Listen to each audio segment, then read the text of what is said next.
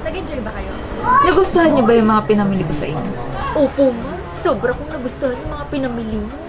Maraming salamat. Tsaka, mukhang mamahalin dito.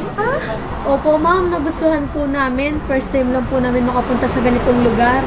Nakakahiyaman po sa inyo. Pero salamat po. Malaking bagay po sa amin ni Wendy po. Talaga po palang mababait na kayo. So, si Ma'am Sam na lang po ba yung demonita? Uy, Wendy. Grabe ka naman.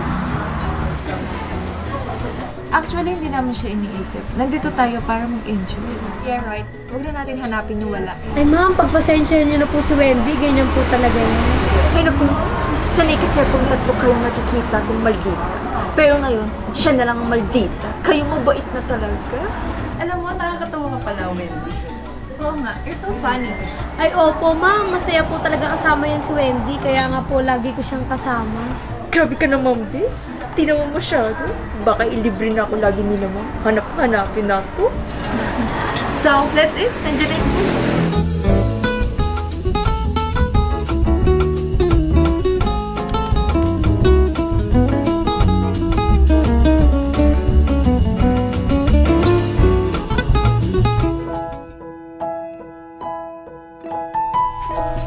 Wendy! Hindi ako makakasama sa lakad niyo ni Kuya Pedro. Bakit naman, babes? Kakain nga tayo sa labas nila Kuya Pedro eh. Eh kasi Wendy, may lakad kami ni Sir Carlos ngayon. Lakad? You mean, magdidit kayo ni Sir Carlos? Parang gano'n na nga Wendy kasi sabi niya sa akin kung pwede daw kami lumabas. Oh, MG, babe. Niyaya ka ni Sir Carlos lumabas? Makipag-date? Kailan? Ngayon na Wendy, kaya nga hindi ako makakasama sa inyo ni Kuya Pedro. Yan na yun, babe? Makikipag-date ka ng ganito suot mo? Oo Wendy, wala namang masama sa suot ko. Maayos naman siya oh. Komportable kasi ako dito. Tsaka isa pa, wala rin naman akong damit na maisusuot na. Babe, wala naman talagang masama sa suot mo. Kaso, ang masama, yung taste mo. Makikipag-date ka, ganyan ang suot mo. Nako, kung ako yayayain dito mas ng date, baka nakagawin pa ako. Naku, babe, ang pangit talaga. Hindi siya pang date. Ikaw talaga Wendy, puro kakalokohan. Wala man akong pera pang renta ng gown. Kaya nga may kaibigan kang Wendy, isang pasyonistang maganda. Ako ang bahala sa kasuotan mo, bibang. Papagandahin kita.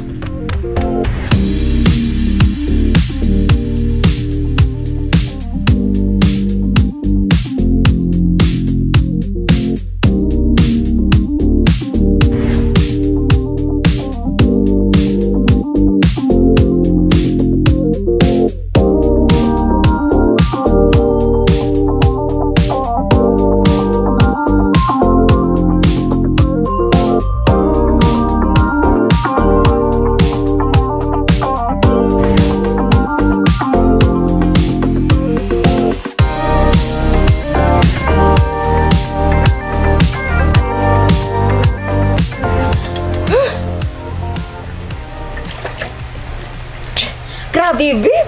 May gaganda ka pa pala. Kapasok to. Grabe, ang ganda mo, babe! Oh, ito bag ko. Binili ko sa ukay.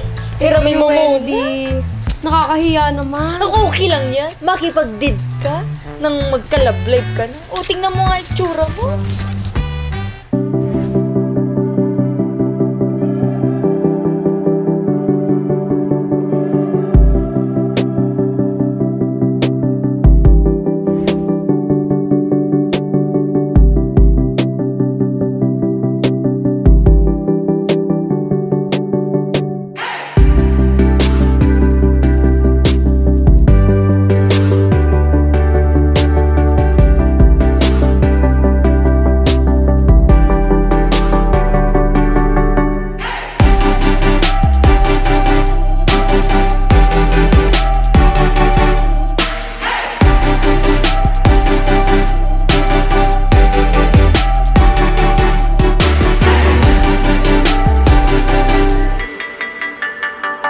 Bebang, hindi kita nakilala. You look so beautiful. Di naman po, sir. Si Wendy po kasi inayusan ako nung nalaman niya nalalabas ako kasama kayo. Magaling si Wendy magayos. Hindi kita nakilala. Ay, opo, sir. Mahilig po kasi mag-ayos si Wendy. Okay lang ba yung paningin mo, babe? Ba't hindi ka nakasalamin? Eh sir, pinatanggal po kasi ni Wendy. Pinalitan niya po ng contact lens. May grado daw po ito, kaya nangangapa pa po ako. Oh, okay. Bagay din naman sa'yo. Salamat po, sir. Eh sir, bakit niyo po ba ako niyaya lumabas? Nothing. Gusto lang kitang makasama at mas makilala pa.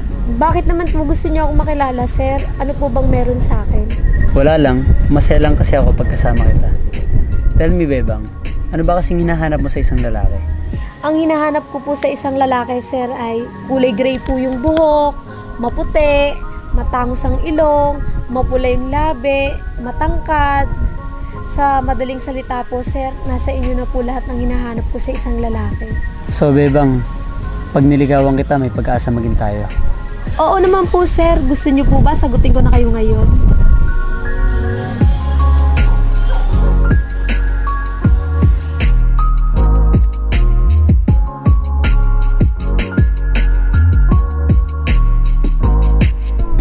Bebang, Sir? ulitin ko ba yung tanong ko? Sir, ang hinahanap ko po sa isang lalaki, yung mamahalin po ako ng totoo. Sorry nga pala sa nagawa sa'yo ni Sam. Nakausap ko na rin siya. Ay, wala po yun, sir. Nakalimutan ko na po yun. Tsaka, hindi naman po ako mapagtanim ng sama ng loob sa kapwa ko. I'm sorry, Beb. Hindi ko talaga sukat akalain na magagawa niya sa'yo. Okay na po yun sa akin, sir. Ang mahalaga po, nagsorry na sa akin si Ma'am Eunice tsaka si Ma'am Trixie. Sa katunayan nga po, sir, nilibre pa po nila ako nung nakaraang araw. Kasama ko po si Wendy. At ayun po, kinuwento nila sa akin kung bakit po nila nagawa yung mga bagay na hindi naman dapat gawin ni Ma'am Sam. Kaya kinalimutan ko na po yun. Really? Si Trixie at Eunice nagsorry sa'yo? At nilibre ka pa nila? Opo, sir, hindi nga po ako makapaniwala. Bago po nila ako ilibre, nagpunta pa po sila sa bahay ko. Hindi ko nga po sukat akalain na magsosorry sila sa akin. Oh, talaga? Nag-effort pa sila pumunta sa bahay mo? Ako kaya? Kailan kaya ako makakapunta sa bahay mo? Nako, sir, wag po kayong pupunta sa bahay namin. Mahirap lang po kami. Napakahirap po ng pagdadaanan nyo bago po kayo makarating sa bahay namin. Huwag mong idadon lagi yung sarili mo. Yung iba nga dyan, walang matirahan, walang matulugan, sa kalsada lang natutulog. Samantalang ikaw, may bahay ka. Tsaka, kayang-kaya kong puntahan ng bahay mo. Hindi naman po sa ganon, sir. Nahihiya lang po ako makita nyo yung bahay namin. Kasi syempre po, kayo po, mayaman po kayo. Baka hindi po kayo sanay sa ganong klaseng lugar. Whatever, Bebang, pupuntahan pa rin kita sa bahay mo.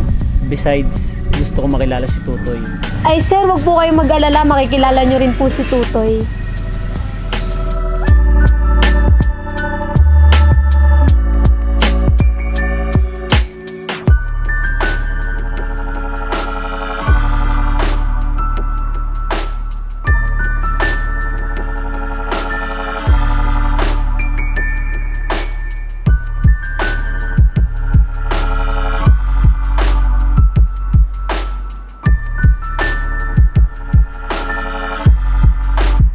Bebang, maraming salamat, sinipot mo ako.